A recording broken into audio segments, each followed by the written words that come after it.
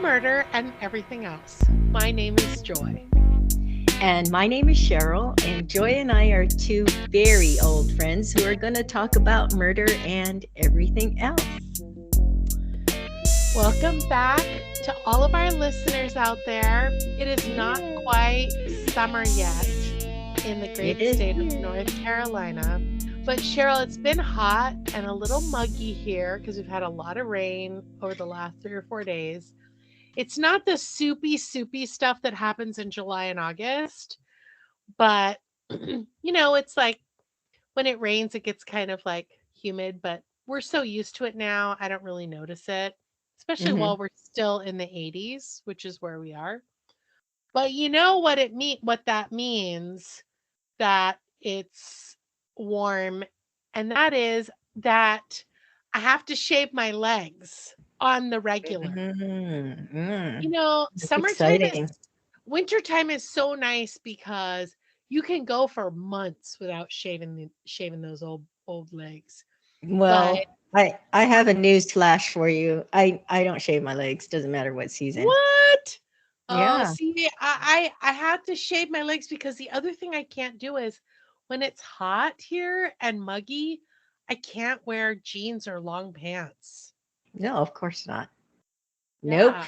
Don't care about the long hair blowing in the breeze. It's probably one of the good things about the only thing, well, the second thing, good thing about getting older. The first is that you no longer have your periods.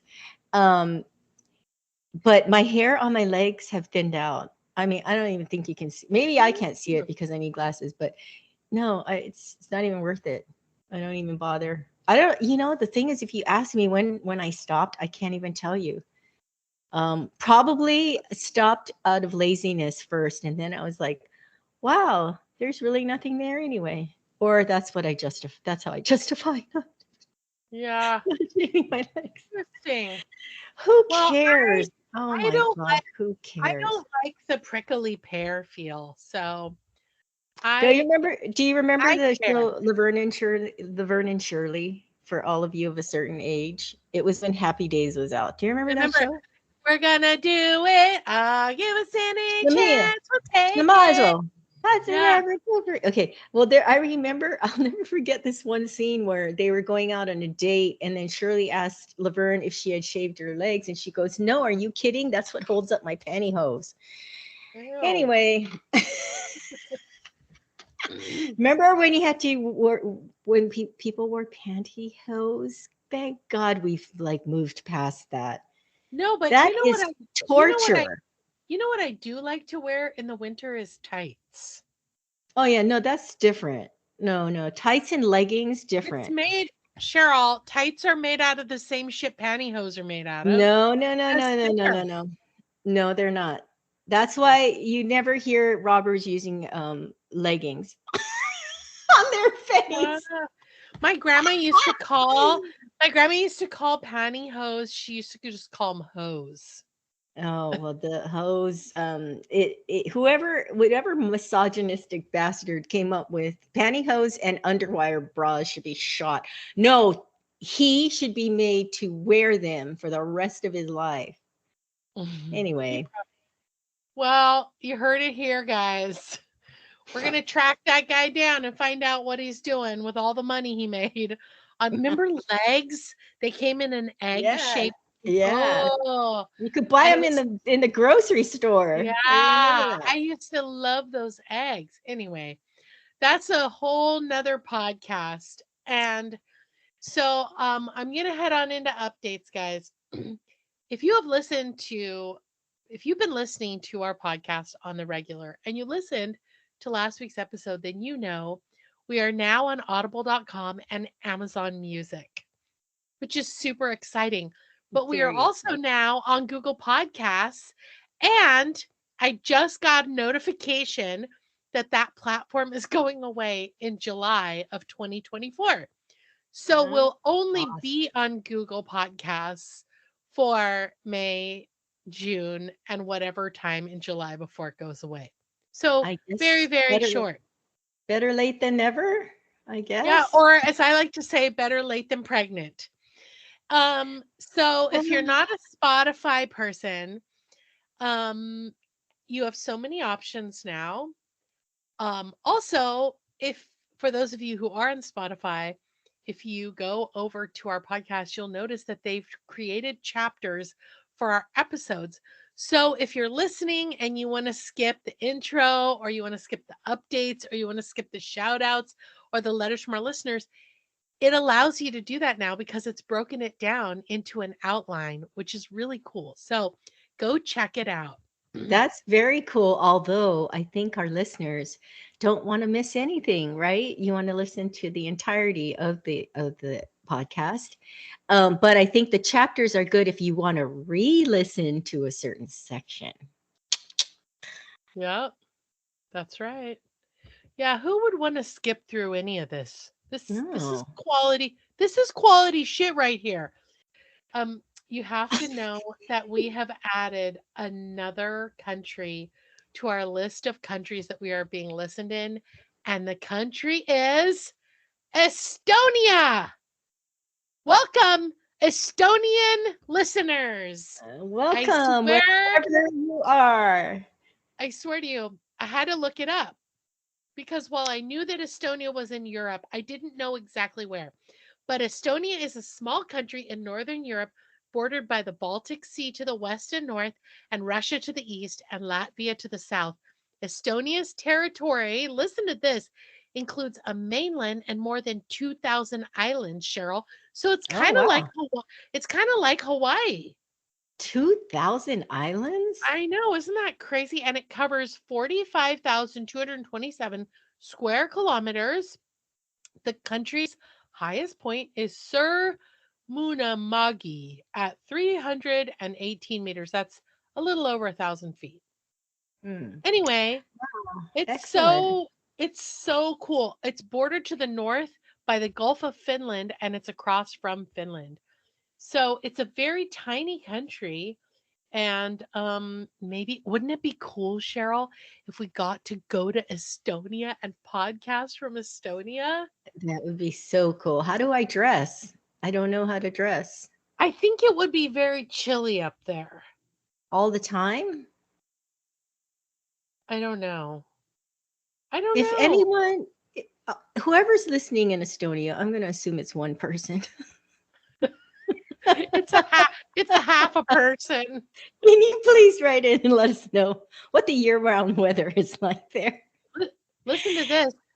Things you should know about Estonia. Estonia is famous for its dense woods, charming historic center of Tallinn, which is the capital city, and delightfully unique history that spans millennia. And recently they've seen a boom in tourism, and even implemented a digital nomad visa for those looking to stick around long term. Oh, Do you want to interesting. do you want to know if it's generally cheaper than Western Europe, but it's no longer the bargain it used to be in the 90s. Yeah, no places. Yeah, Well, very right? cool. Welcome, Estonian. I'm assuming if you live there, you're an Estonian. Estonian. Yeah, I wonder if it's a man or a woman or someone who's gender neutral. I wonder what age category they fall into because I get to see all the analytics of whoever's listening to this podcast. And I know it'll come as no great shock or surprise to anybody who's listening, but the average age of the majority of our listeners is female, and 90.9 oh yeah, sorry, 90.9% of our listeners are female, and the average age is 45 to 59. That makes up 86.7% of our listeners. Holy Oh, shit I thought balls. you when you started saying 90, thought you were saying that's the average age of our list. There's a lot of 90-year-olds listening to us. Anyway, I have to say that last week our new listener came from Spain. This week it's Estonia, and I have to say that I think it's the fact that we have more exposure now. We're on more multiple platforms, and also we have regular TikToks that are being made. Oh, and my last update is I talked about Fiona mentioning that she had had an incident where she hit an owl in her car. So if you're triggered by cars hitting animals or animals hitting cars, you'll want to skip over this part. But Okay, then I yes, have to leave the room. I have yeah, to leave the room while you're talking about this. I checked in with her. She was leaving volleyball. It was pitch black, she said. And out of the woods flew an owl. It hit the front of her car and just flew away. Oh gosh. Well, I hope it's okay. Well, it flew away, so I think it's doing really well. Well, right. Anyway, Okay. um, You think it's doing Cheryl, really well? I think I'm going to say it's doing really well. Okay. Maybe it was the same owl that attacked Kathleen Peterson. Kathleen. Oh, so now you're on board with the owl theory. I'm glad that you No, came I'm around. not. I'm just making that up. Anyway, Cheryl, you got Yeah. any updates? My update is I received a bill from uh, a place that shall remain nameless because I decided not to have my surgery there for 28 cents. Nice. Yes, you heard it right, 28 cents. So I want to take a vote from everyone. Please write in, let me know if I should pay it. If I don't pay it, do you think it's just going to accumulate and then by the time I'm Ah, 90, if I'm still alive, it'll go to collections and then I'll have a ah, bad like credit for this 20. How much do you think ah. in 10 years 28 cents would accumulate to? Well, What do it's you think? amazing because late they don't just calculate interest, they're going to hit you with late fees.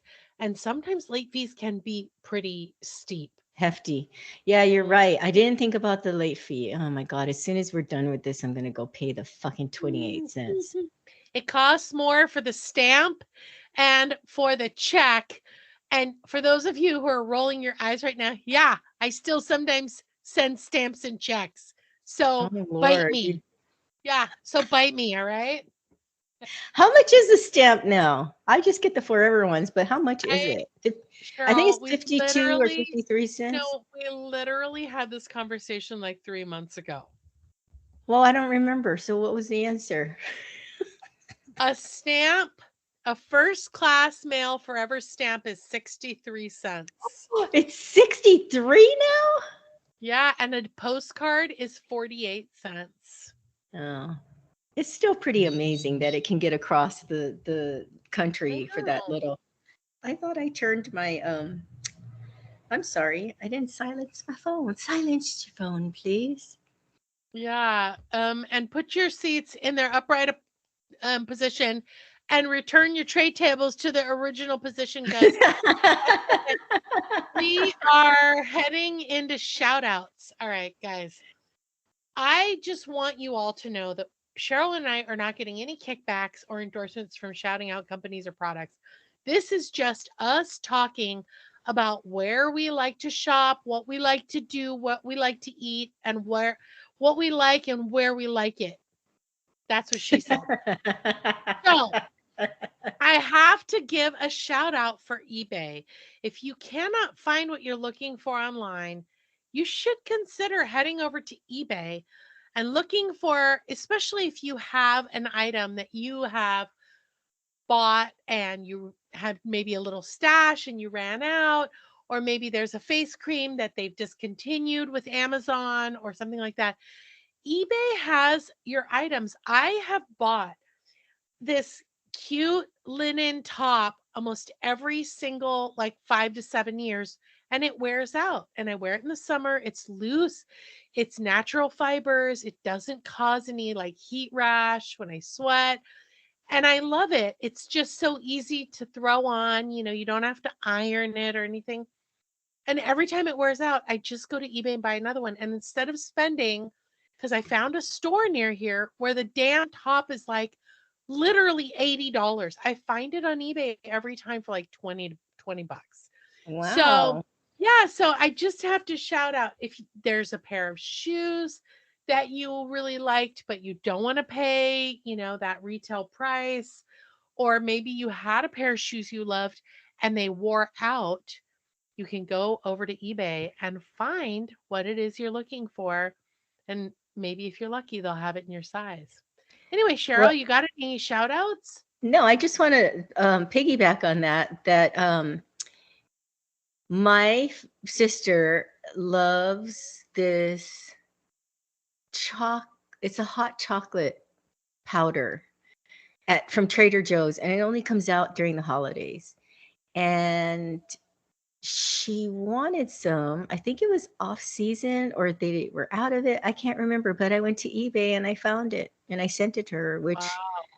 was kind of like there's kind of there's something fun with getting it at a store for Yeah. someone. You know, like you send me those toffees that are from your area. You know, it's kind of, but Yeah. you know what I mean. But like going online and getting it wouldn't have the same effect. You know what I'm saying? Because Yeah.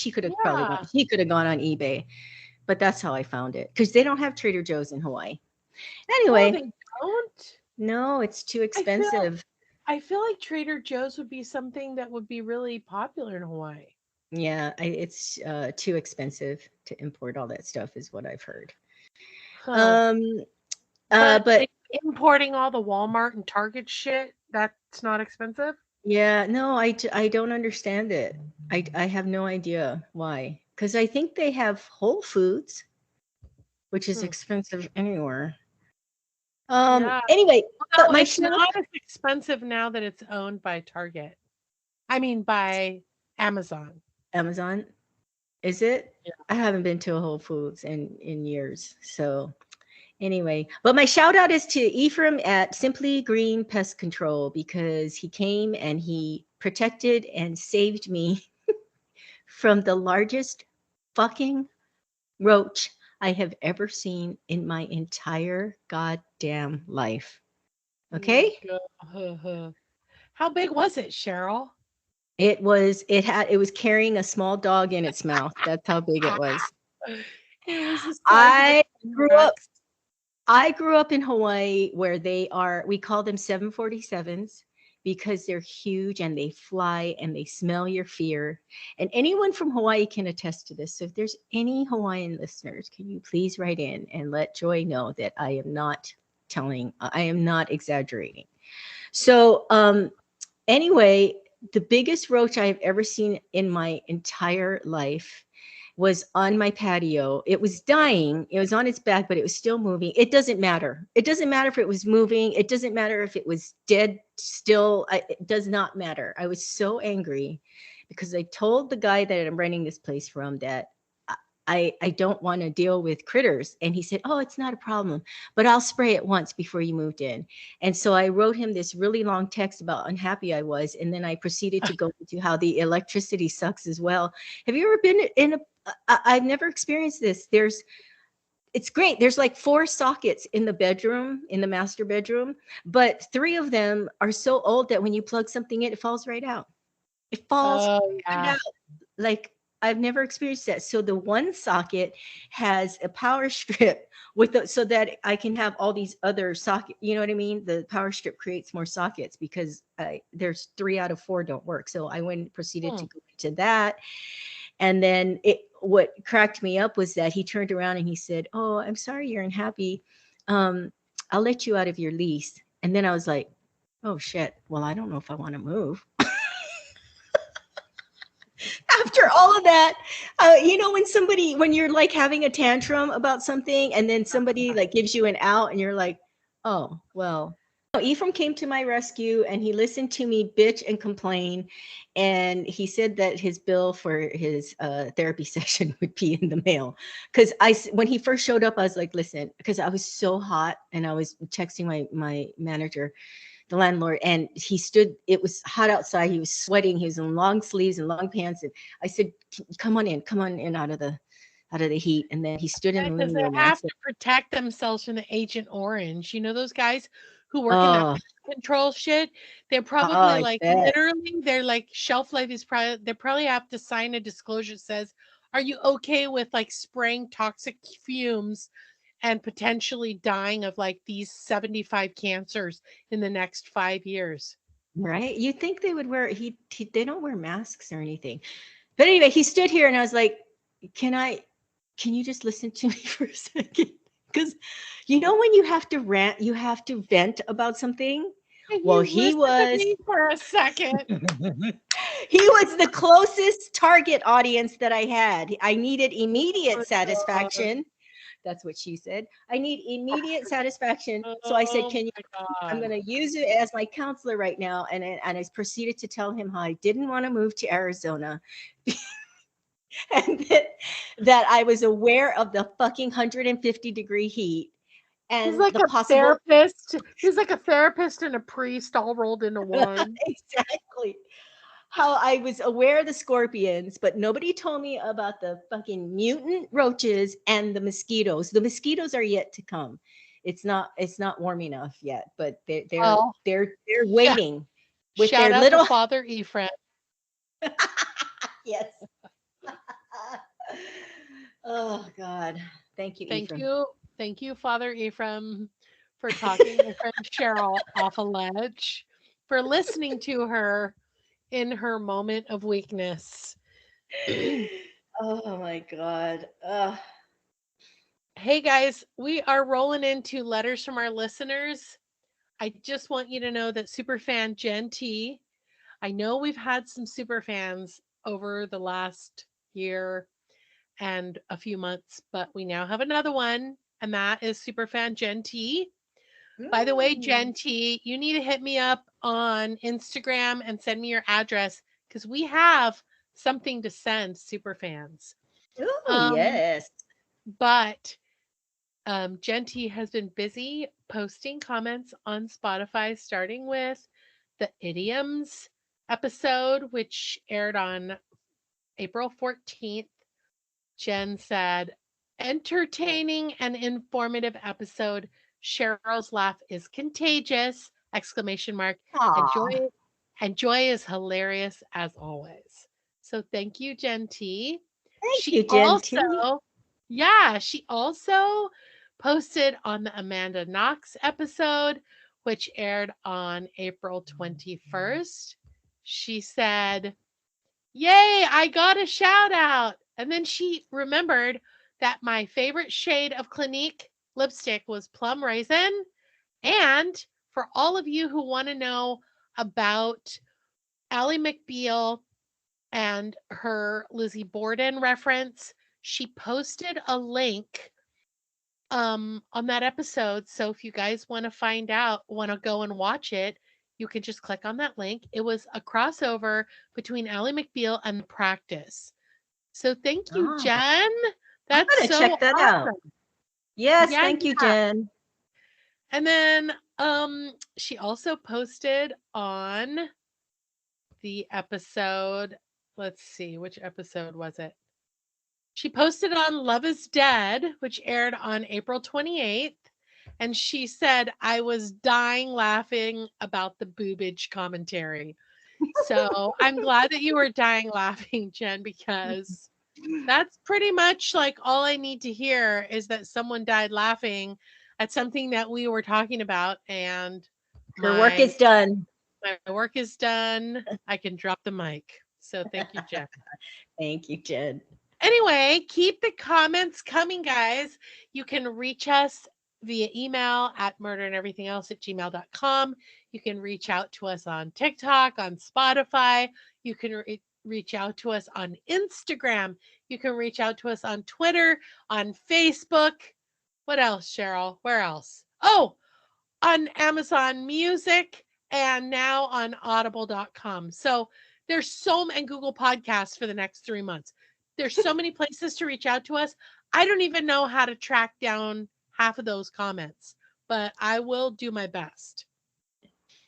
So anyhow, this week you guys, I'm going to take over the topic, and I am going to talk a little bit about some murders, but not in the way that you think that I am. And that is, we're going to talk today about freak accidents. Yoo-hoo. So, a lot of these freak accidents do end up in somebody dying, but they are exactly that, freak accidents. And the sites I used for this research were Wikipedia, the New York Post, Snopes.com, the New Yorker, and Reddit. I'm excited because I like the series of movies called Final Destination. I know they're targeted at young adults, but I like them. If you have a paranoid personality like I have, it's not a good thing to watch.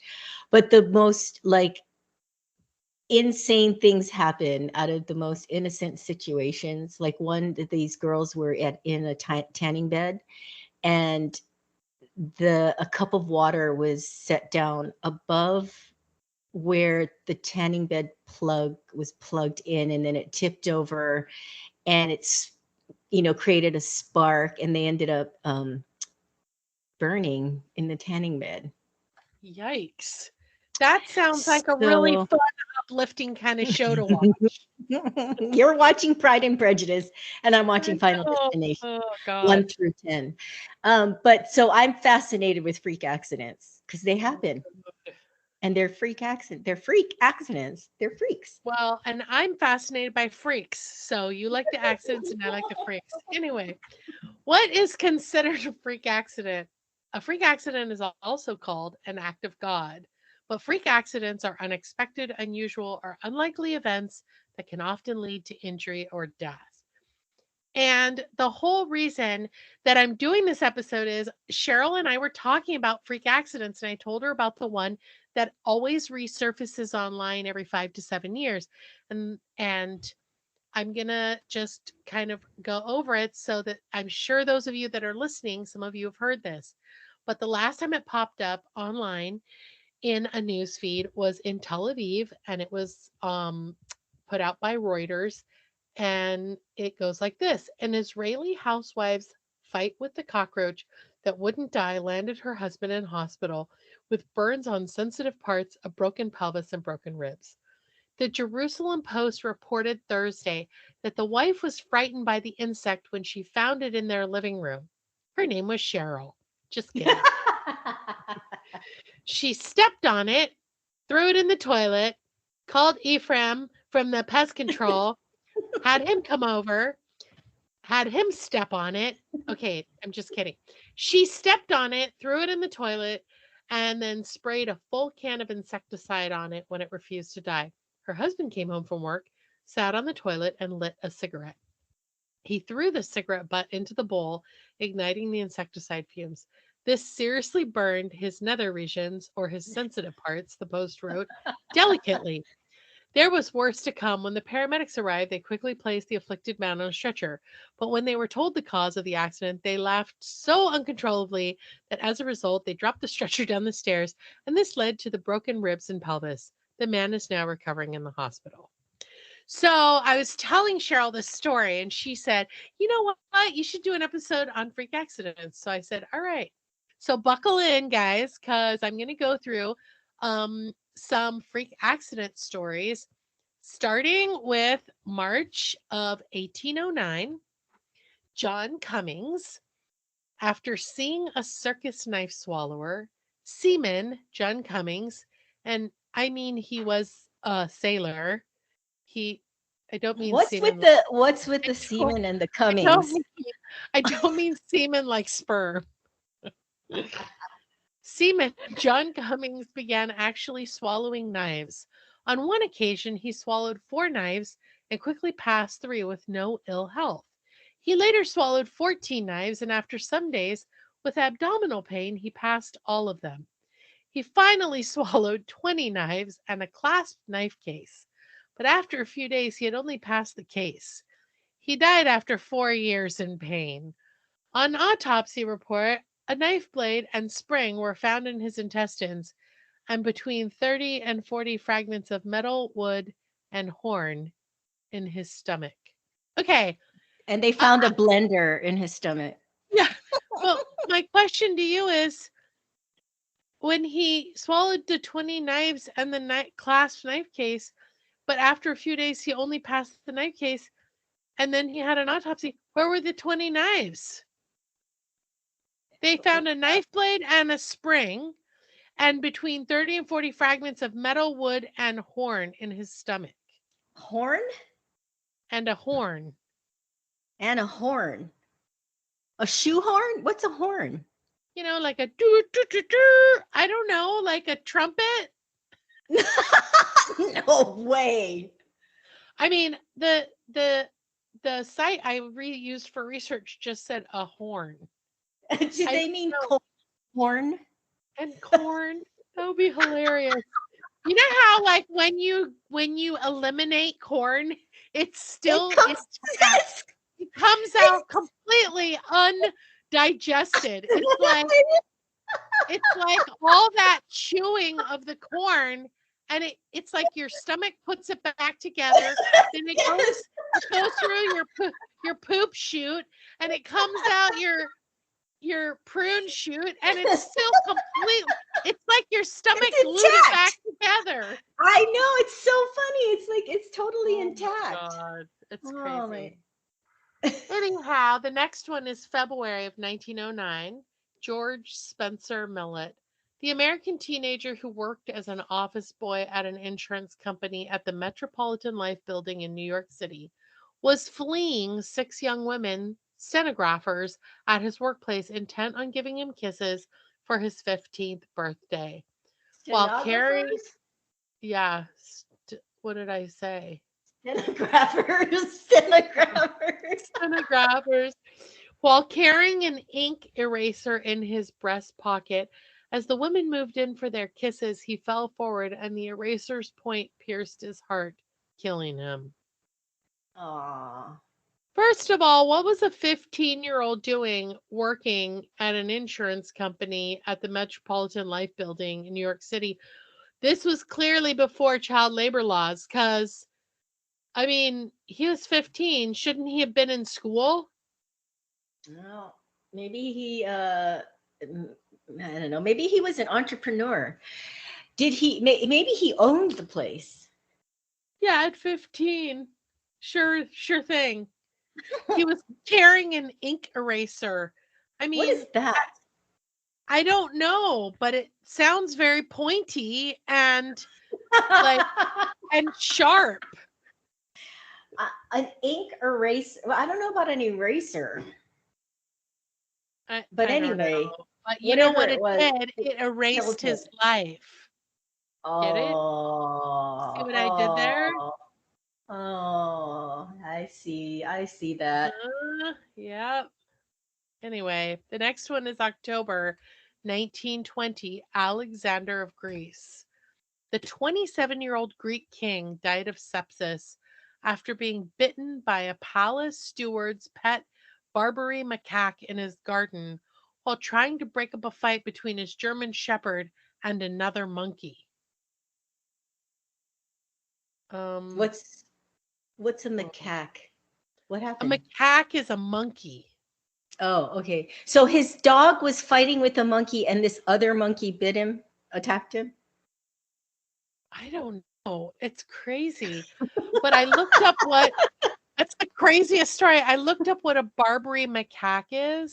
It's Huh? a tailless ground dwelling monkey native to the Atlas Mountains of Algeria, Tunisia, and Morocco, with a small population in Gibraltar. And I'll tell you, I've been to Gibraltar and I've been to Morocco. And you know that Gibraltar is like littered with macaques, and they're not tiny, they're pretty freaking big, and they become very, very tame because they rely on tourists to feed them. And Hmm. I mean, they will come and take food out of your hand. They are sometimes vicious. They'll grab people's lunches or bags and run away with them.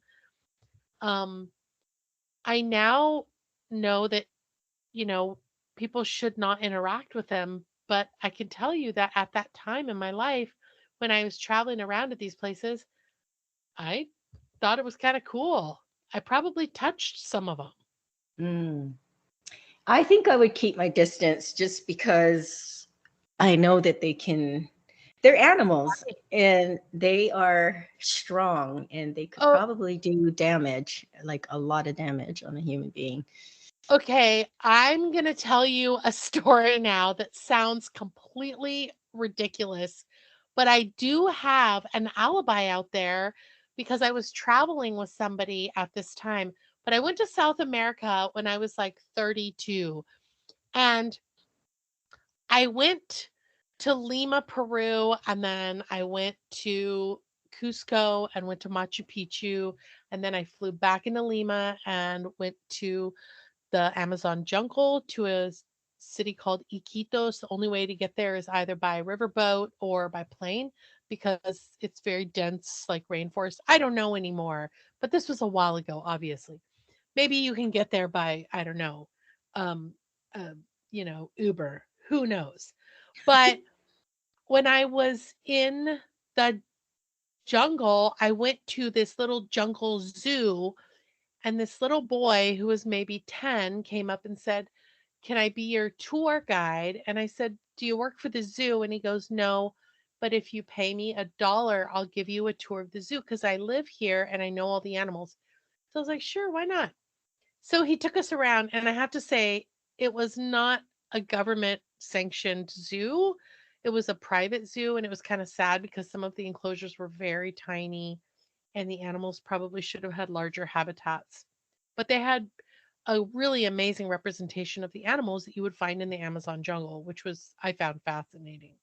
Mm. And so as we're getting like winding down the tour, we walk over to this cage and there is like a I don't know what kind of monkey it was. I'm just going to say it was either a gibbon or a small orangutan, okay? I'm just going to say because the boy reaches up. Okay, so the first of all, the monkey was reaching through the bars at me and like trying to touch me.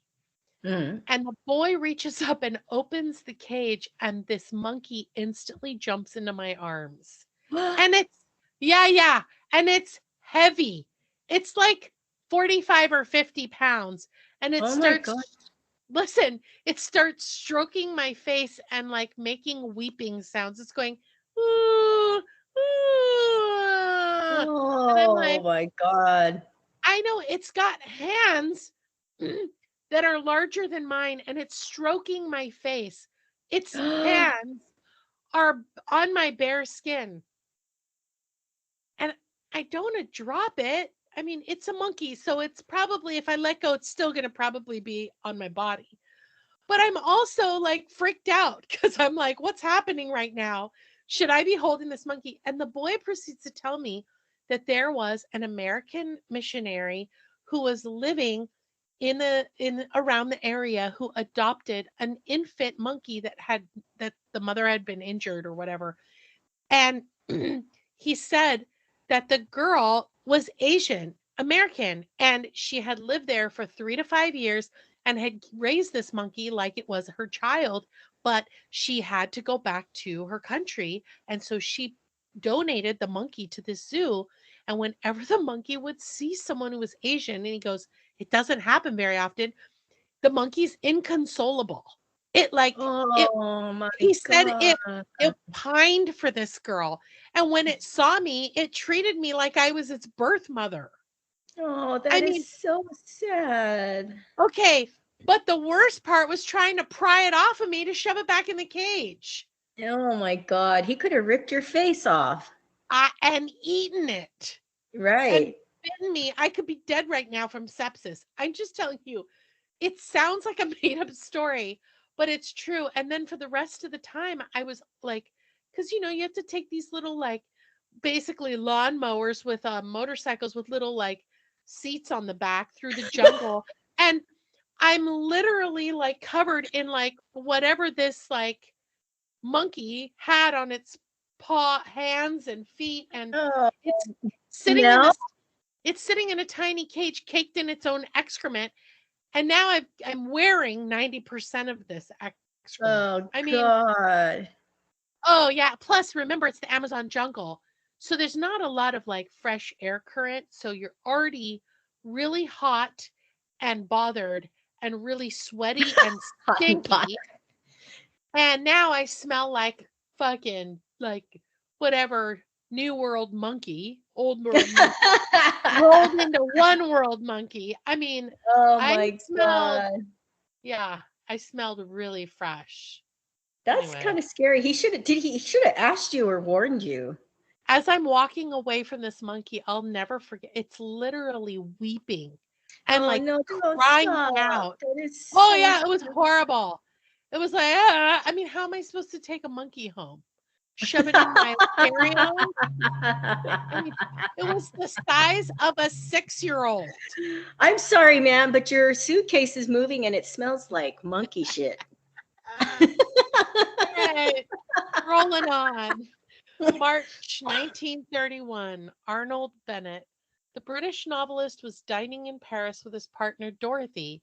He drank 2 glasses of tap water during the meal, scoffing at Dorothy's claims that the water in Paris was not properly treated to be safe to drink, and within 2 days he had contracted typhoid fever and died 2 months later.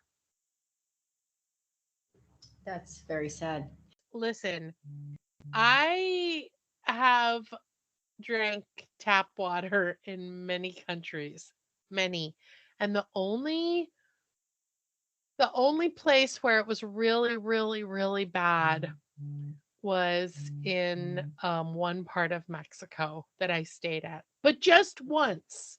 So bad that I didn't know if I was going to be able to board the plane to come home. Ugh. Yeah, Why but would that you was take that it. chance? Listen, sometimes a girl's got to have a cup of water. Mm. Anyway, rolling on. November 1944, Thomas Midgley Jr. In 1940, the 51-year-old contracted polio, which left him severely disabled. He devised an elaborate system of ropes and pulleys to lift himself out of bed. In 1944, he became entangled in the device and died of strangulation. Oh my God. That Yeah, is tragic. right? Oh, Jesus. Okay, so I have a theory.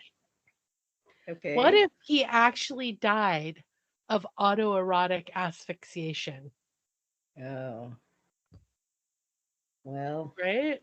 stranger things have happened. I looked up how many autoerotic asphyxiation deaths occur per year, and I didn't find anything out.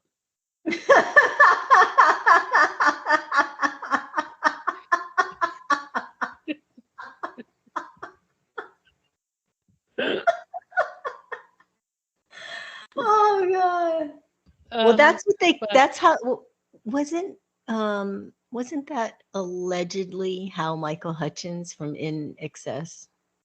I've never heard that. But Yes. I did find out that 70 to 80% of autoerotic deaths are caused by hanging, while 10 to 30% are attributed to plastic bags or chemical use.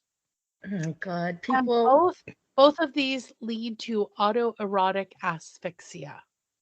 Mm. Well, How do they different. how do they find out that that's like how do they differentiate between autoerotic asphyxiation and autoerotic and sorry, and just suicide? Suicide trigger warning. Um I don't Too understand late. because Um, if they show up to your house, I mean, you could have well, killed yourself with no clothes on, you know? well, the majority. Remember that Rebecca Zahau episode? Generally, people don't. I mean, it's not like we can ask these people, but generally, people don't off themselves with naked. So I think that would be a How do good you know? sign. I have a question for you. Yeah. If you have an erection when you die, will you still have one when they find your body? Why are you asking me?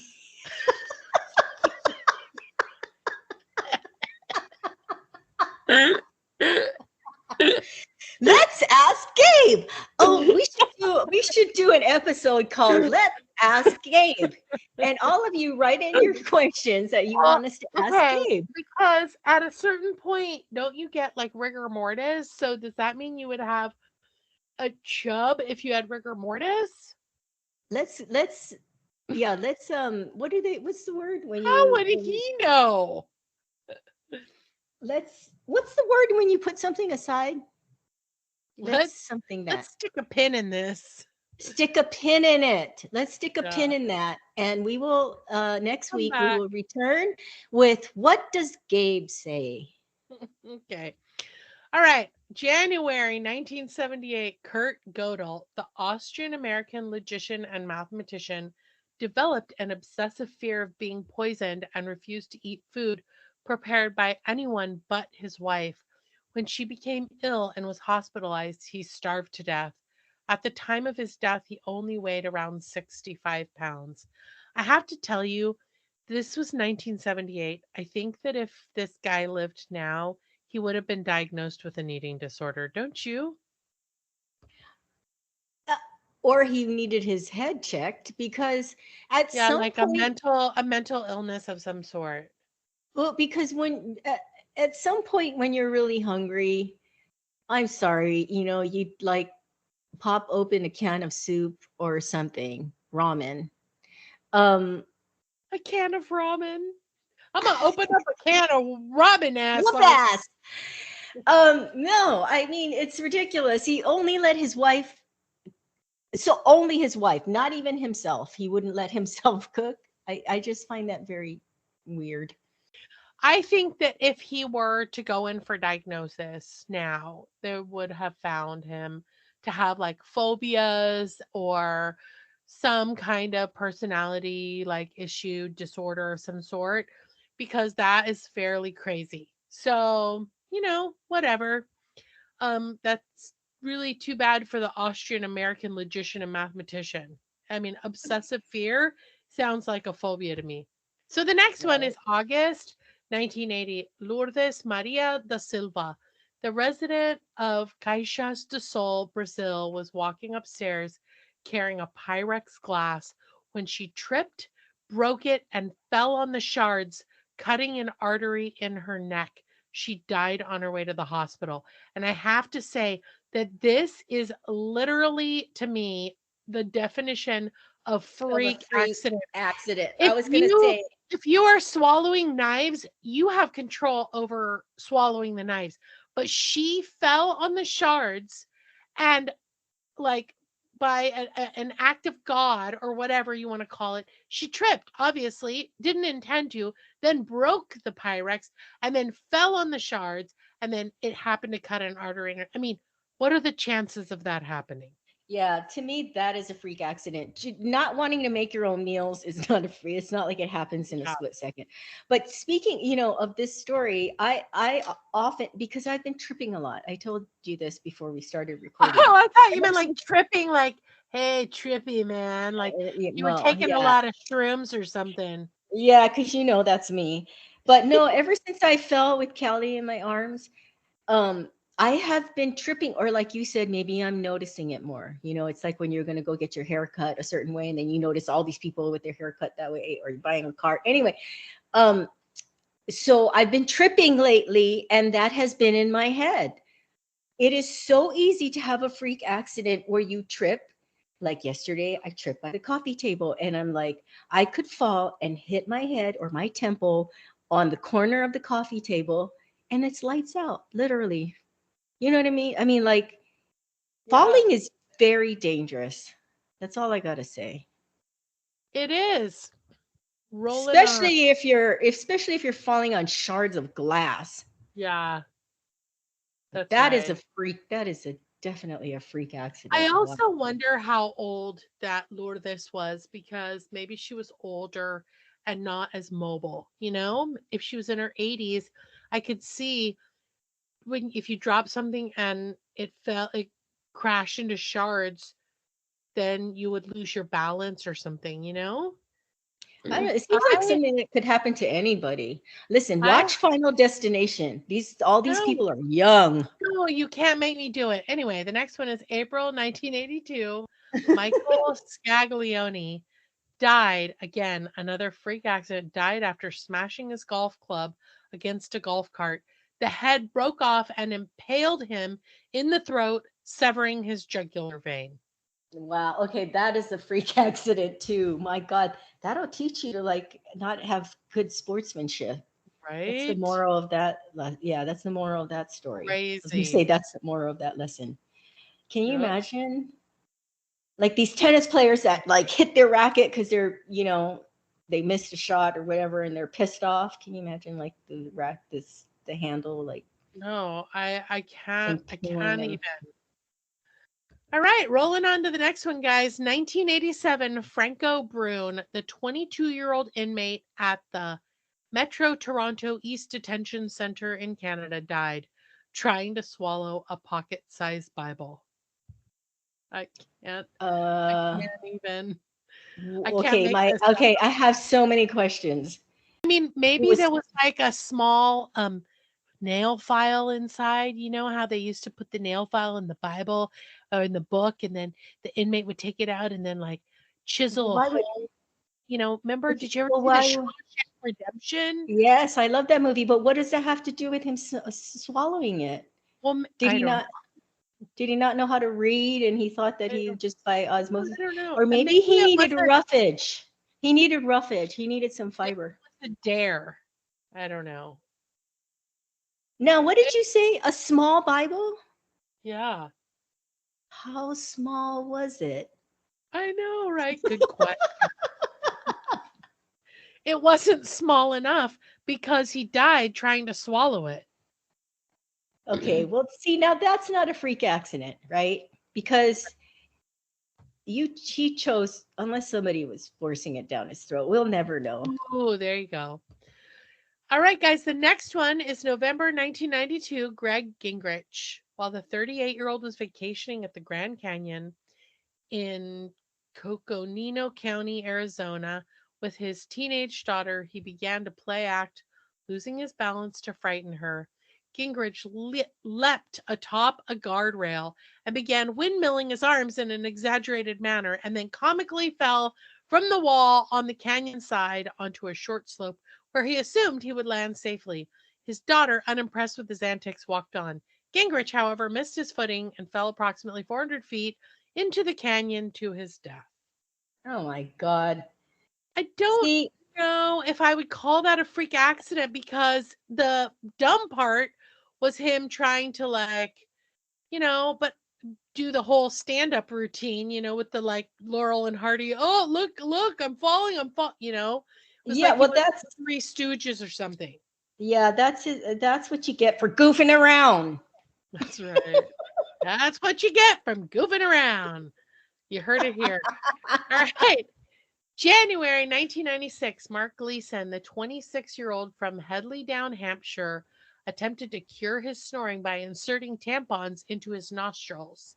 He died from he died from suffocation with sleeping pills, adding to his breathing difficulties. Wait a Oh second. my god.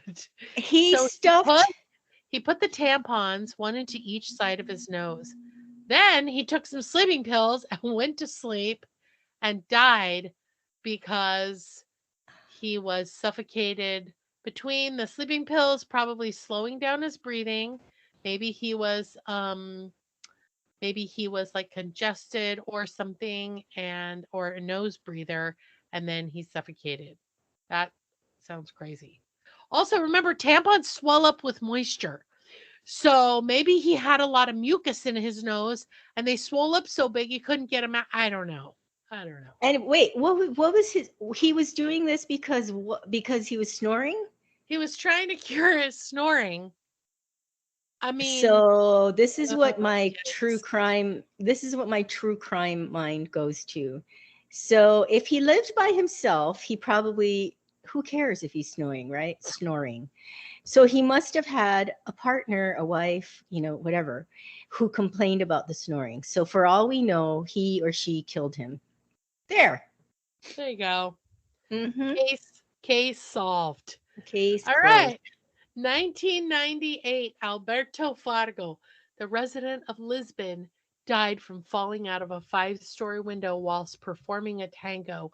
According to witnesses, he was demonstrating to students how to keep their heads high by looking at the ceiling and failed to notice the open window beside him. Oh I'm so- my God. You know that there was a Sex in the City episode like this where the girl opens a window in one of these New York City high rise apartments and she lights a cigarette And someone goes, "There's no smoking in here." And she goes on this rant about nobody's fun anymore. I hate these people. I hate New York City. And the last thing she says before she loses her balance and falls out the window to her death is she goes, "You people are so boring. I wish I was dead." It was so amazing. Be careful what you wish for. Well, that if that is true, that is definitely a freak accident with him not seeing the window. Can you imagine the horror? It's like when I felt, I mean, the horror while you're falling, you can't freaking believe you're fall. I mean, it's No, I know. You're that would telling be me, preaching horrible. to the choir. I'm glad to say in all my years of dancing, I never came close to falling out of a window. Yay me. Thank God. All right. The next one is 2009. Diane Durr, the 49-year-old, was killed in North Platte, Nebraska by a falling Taco Bell sign. The sign was knocked over by high winds and landed on a pickup truck, killing her and injuring her husband, Mark. That truly is a freak accident. Yeah, and you know what? I have not been to Taco Bell. Maybe there was an angel watching out for me, but I have not gone in a long time and I don't know why. And I probably knew that it would be dangerous for my health. Yeah, and if it wasn't the sign falling on your car, that food that they sell is gonna jack your shit up. That's for sure. Oh my God. That's that's That's tragic. really Well, it's just sad. like when we have like windstorms and stuff and trees fall on houses and stuff like that. Mhm. It's like you can't ay, ay, ay. Well, they say junk food isn't good for you. That's right. And now Stay we know they're away from right. it. All right. 2012, Palmerina Rivero, the 80-year-old, died in a Rio de Janeiro clinic when an untrained nurse injected coffee in her intravenous drip. The nurse reported the incident had occurred because the blood drip and the feed drip were directly next to one another. Okay. Oh, I just have to say, untrained nurse. What the fuck is an untrained nurse? right? And why is she allowed to do any of that? I don't know. But I don't want to go to any hospitals now in Rio de Janeiro. Okay, So wait. Wait, I have a question. that was 2012. That was still close That's enough to recent. 2024 that I'm going to avoid that country when I'm sick. Okay. So she put coffee, So the patient had a food line or a right? Right. feeding tube and also a saline intravenous drip, and she put the coffee in the wrong one. Well, I first mean, of all, why is she I tend to think the fact that the patient was 80 might have something to do with it. maybe, but why would she be putting coffee even in the food line? I know, right? That makes no sense at all. I can't eat food right now, but could you make sure that my stomach gets some coffee? Like, really? It would be like, Maybe I the know patient I'd really like some Caesar salad for lunch, even though I can't taste the food. I can mean, you yeah, oh can you um blend it and put it in my IV? I mean, why is she putting coffee in there? I don't know. Interesting. That is a really good Interesting. question, Cheryl. Thank you. Anyhow, um, the last one I'm going to read is really truly a complete freak accident, but it's a freak accident that this person's still alive, and it's about Julianne Kopke, who was born October 10th, 1954. This woman is also known as Julianne Diller. She is still alive. She is a German Peruvian woman who became famous at the age of 17 as the sole survivor of the 1971 Lanza Flight 508 plane crash after falling 10,000 feet while strapped to her seat and suffering numerous injuries. She survived 11 days alone in the Peruvian Amazon rainforest until she was rescued by local fishermen after finding their camp. So let me just go into a little detail on this. And I've been to the Peruvian rainforest. Let me just tell you, I saw bugs that literally could carry my carry on. Like that's how I can't crazy. even imagine. Oh, Oh my God. you wouldn't even make it on the boat. Like you wouldn't even make it off the boat. You'd be like, I don't care what happens. I can't get off this boat. Anyway, on December 24th, 1971, just one day after she graduated, Kopke flew on Lanza Flight 508. Her mother, Maria, had wanted Julianne to return to Panguana with her on the 19th or 20th of December, but Kopke wanted to attend her graduation ceremony in Lima on the 23rd. So Maria agreed that they would stay for her graduation, and instead they scheduled a flight for Christmas Eve. All flights were fully booked except for one with Lanza. Kopke's father, Hans Wilhelm, urged his wife to avoid flying with the airline due to its poor reputation. Nonetheless, the flight was booked, and the plane was struck by lightning mid flight and began to disintegrate Oh my before God. plummeting to the ground. Kopke found herself still strapped to her row of seats, falling 10,000 feet into the rainforest. She survived the fall but suffered injuries such as a broken collarbone, a deep cut on her right arm, an eye injury, and a concussion. She then spent 11 days in the rainforest, most of which were spent making her way through water by following a creek to a river. While in the jungle, she dealt with severe insect bites and an infestation of botfly larvae in her wounded arm. And after 9 days, she was able to find an encampment that had been set up by local fishermen. She gave herself rudimentary first aid, which included pouring gasoline on her arm to force the maggots out of the wound. And a few hours Ugh. later, the returning fishermen found her, gave her proper first aid, and used a canoe to transport her to a more inhabited area. And she was soon after airlifted to a hospital.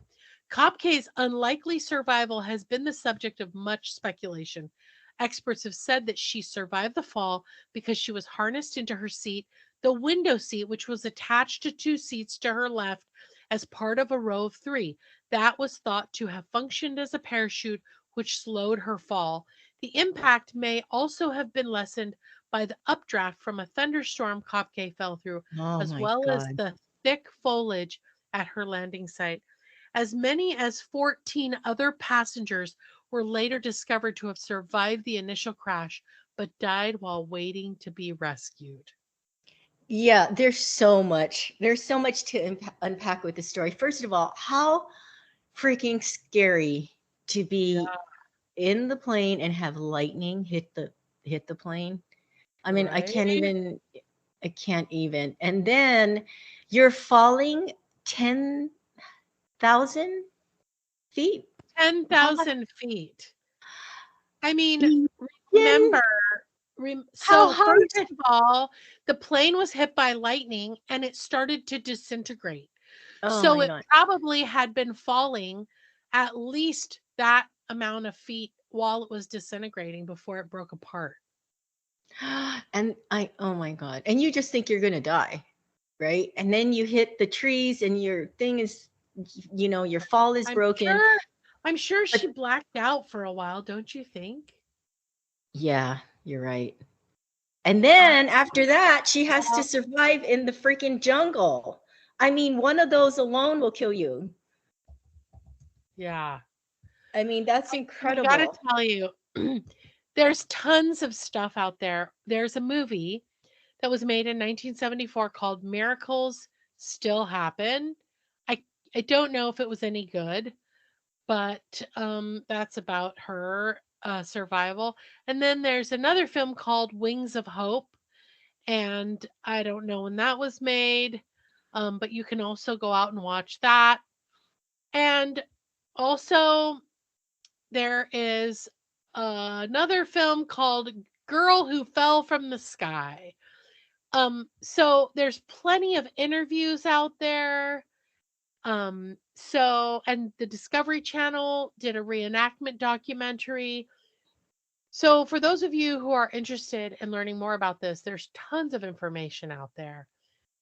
But the fact that she survived 11 days, I don't know if you ever saw that movie, The Impossible, about that Spanish family that survived. Everyone survived the tsunami in Thailand, I think it was Phuket. Yeah, Anyway, Naomi Watson, that, right? yes, it was Yeah. a Spanish doctor and her husband, I believe, and their 3 children.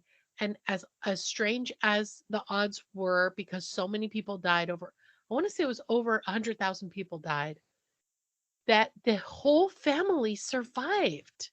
Yeah, that's And they pretty were crazy. separated and they found their way back to each other. That's why it's called The Impossible. That's kind of what this reminds me of. The other thing it reminds me of is that I don't know if you ever read that book Alive, No. about the Chilean rugby team. The plane went down Oh, in the I've seen tsunami. there's been a couple of movies about it. Yeah, yeah. It's Is that the one where they so, eat each other? yeah, They had to to resort to eating. survive. Yeah. Oh my God, that's crazy. I'm sorry, Uh, but I mean, would you do that to survive? you know what? I was going to ask you the same thing. And I have to say that I know all of us here, sitting here where we can just go around the corner and get Taco Bell, as long as the sign doesn't fall on your head. Um, it's easy to say, "Oh God, there's no way I would eat human flesh." But I have to tell you that I think that if I were actually in that situation, I probably would. I probably would. But I don't let you eat that Alpo flavored Taco Bell Crunch Wrap bullshit. I don't like to eat meat. I I ate know, a chicken nugget tonight and Joy. almost threw up. Okay, but if you were, if there was no food around and you were starving, I'll you just know, tell you this much. Before I tucked into your meaty, fatty liver or your kidney, Cheryl, because you'd be sitting next to me on the plane, I will tell you this. I would like I would like to see my hip bones again before I die. oh So God, I take it down until it's really thin and I could see those hip bones sticking out, oh like I was brother, back in, my bikini era. And then I'd be like, all right, your I'm bikini era. I'd be like, hand me the kidney.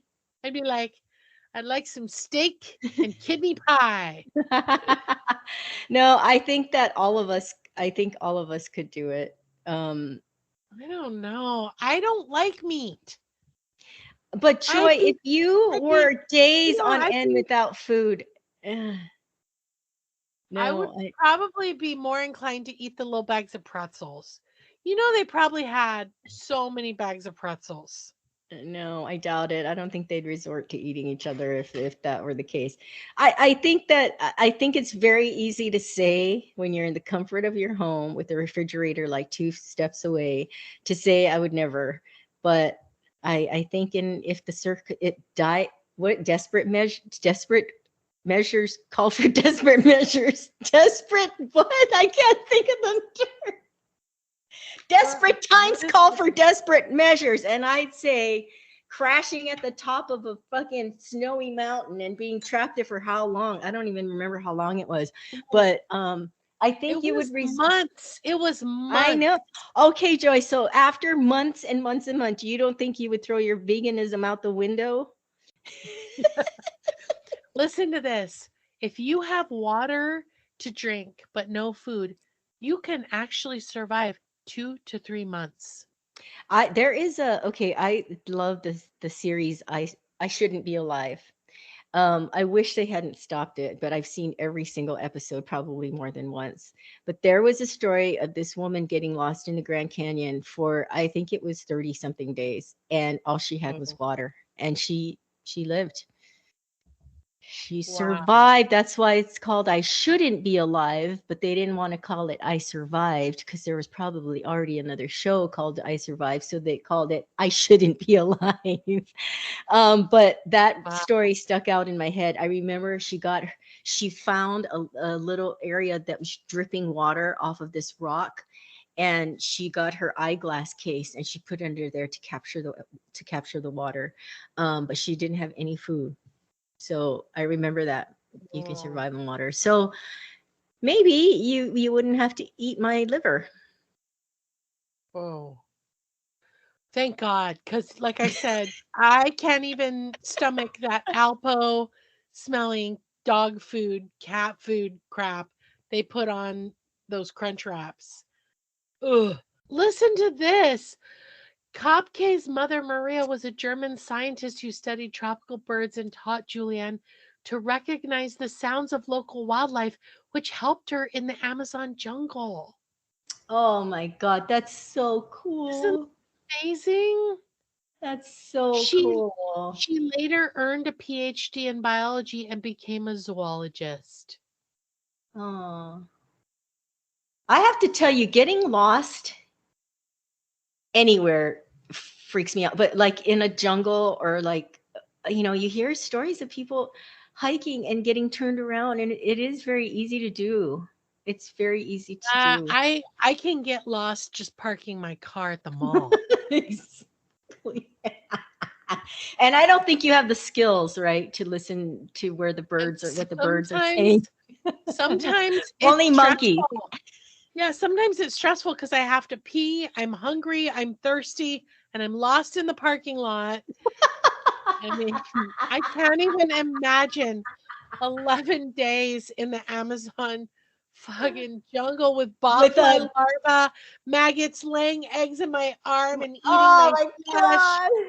I was gonna Oh, say that was so just smart of her, the gasoline thing to get them how. out. Anyway, I gotta tell you, that whole. I hope that airline shut down shortly after this accident because I love that the dad was like, "Don't fly that shitty airlines," and they went on it anyway, and it turned out to be shitty airlines. That Yeah, but you know airline, what? oh my god. From the air, if I were the PR person for the airline, I'd say, look at all the people that survived. I mean, it was the jungle that took them in the end, but Nope. our fucking seats, Yeah. like saved their They'll lives. save your life. They last 10,000 feet or more. Right. And what I happened in don't the know. jungle is not it's not up to us. Once they hit the ground, we're hands off. So whatever happened in the jungle is not on us. Well, Cheryl, I gotta say, some of these freak accidents sound a lot like crimes to me. But you know what else is a crime? What's that, Joy? That we are out of time.